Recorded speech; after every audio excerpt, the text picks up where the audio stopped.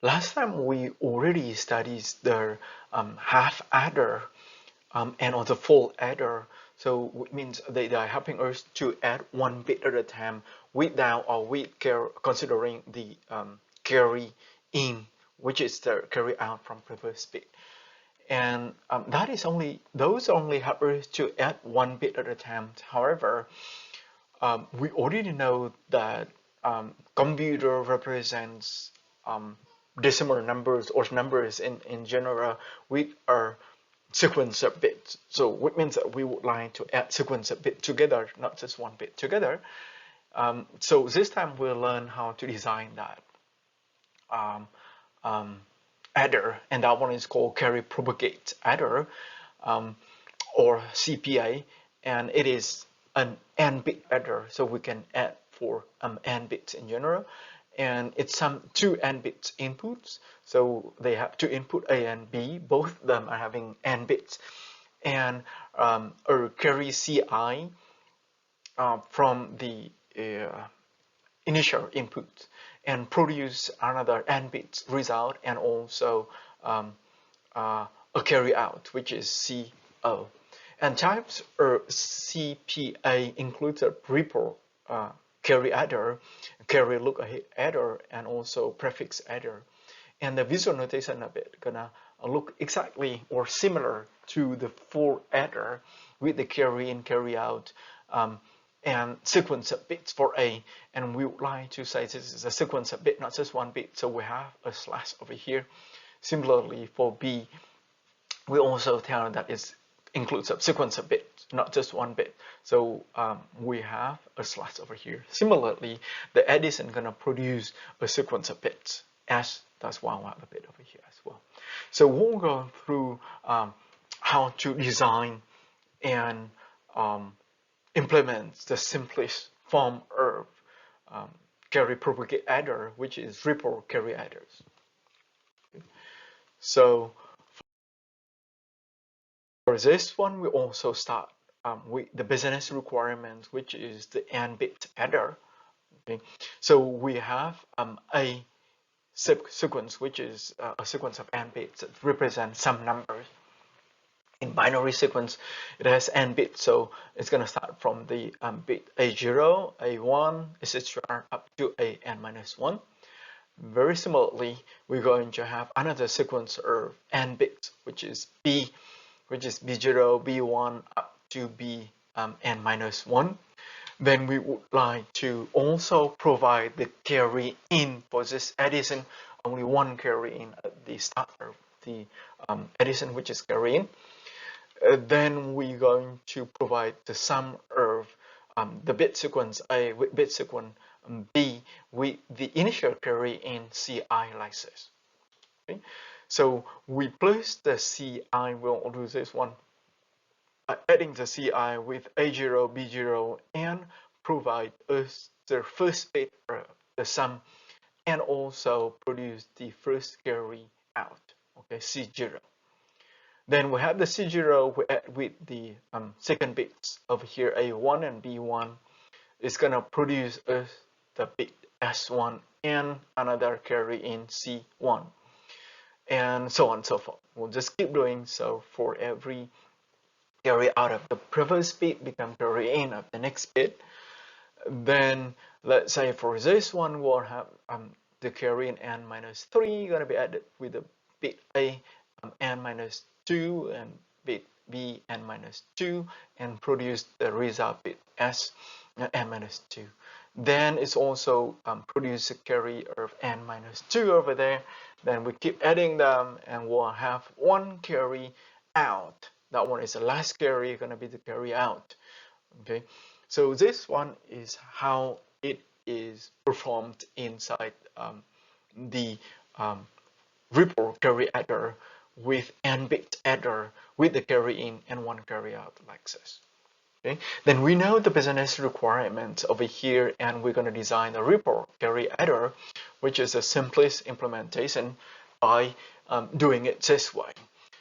One simple design again is to chain together and 4 adders. So one adder, one full adder will help us to add one bit. So if we have n bits with the chain together and 4 adders, so the carry in of the previous bit is gonna be the carry out. Sorry, the carry out of the previous bit is gonna be the carry in of the next bit. Okay, so this one is a carry ripple. The carries is ripples through the carry chains. Okay, so for this one, we're going to rearrange our input and output this way. So, so we rearrange the sequence a bit. For A gonna be A0, then A1, then AN minus 2, then AN minus 1. For B, we have B0, B1, BN minus 2, B1. Then the carry in for the first bit. Then it's produce carry out, they're gonna be carry in for the next bit, so on and so forth. And it's gonna produce the sequence of bits as a sum as well over here.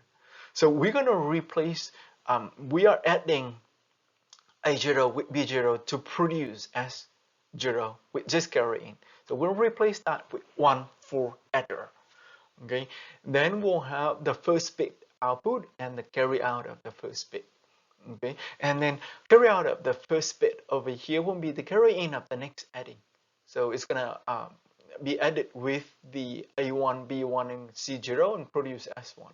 So we replace this one with the second 4 adder, and so on and so forth. So we'll have this one, okay, then we'll have this one, and the last carry over here is the carry out. Okay, the last carry over here is the carry out. So we start with the carry in, and we just keep adding first bit, second bit in the bit sequence, and produce corresponding result bit, sum bit, and the carry out. And we have sequence output over here, which is the sum result, and the last one is the carry out. Okay? And very similar, we are not going to distribute such a complicated circuit like this outside, but we need to just grab them into one box and hide all the details away and give the specification for the people to use, so that we'll just use the final products instead of knowing a lot in details that they do not need to know. So in this case, the steps is called abstraction. We graph with a visual notation and give some specification for this circuit. So it's gonna have combination of all of this into one, and we see that this is a group of bit for the input A. So I want to replace that one for A, and we say it's not one bit, it's a sequence of bit for A, because it's going to sequence a bit over here. So we'll give a slash over there to say it's a sequence of bit. Similarly, this one is another group of bits, so it is not just one bit. So we're gonna say this is B, but a sequence of bit. So we need to give a slash over here. Okay. Very similar, when it produces output, it is sequence of bit for S. So we'll replace it with one letter, but we need a slash to say this one is a sequence of bit. And we see also over here, we have one CI for the initial carry in and one CO for the last carry out of this adder. So this one is the ripple carry adder. Okay. So we are now successfully implement such a circuit so that it's going to be able to graft a binary sequence, add it with another binary sequence, and produce output. So from until this point, you know that how computer work with bits, and from bits only, it's going to be able to represent numbers. And also based on logical operators, we going to be able to produce new knowledge, and also able to perform computation like additions that we have over here. Okay? And then now we'll be able to distribute and reuse this simple visual notation of the circuit without knowing the details in order to perform the additions. Now this is the summary of the ripple carry adder that we have seen just now, and here is the circuit details, and here is the visual representation. Okay. Now if you like to, you can open Logisim now and just work with this 4-bit ripple adder by chaining 4 bits together with one CI, one C out, and especially the input A and input B are having sequence of 4 bits instead of and the output S instead of working with individual bits. But if we would like to split them into individual bits, we'll use a splitter like this. Or if you would like to combine them, you want to use the splitter like this to combine. Okay, and this one is its visual notation for the circuit details like this.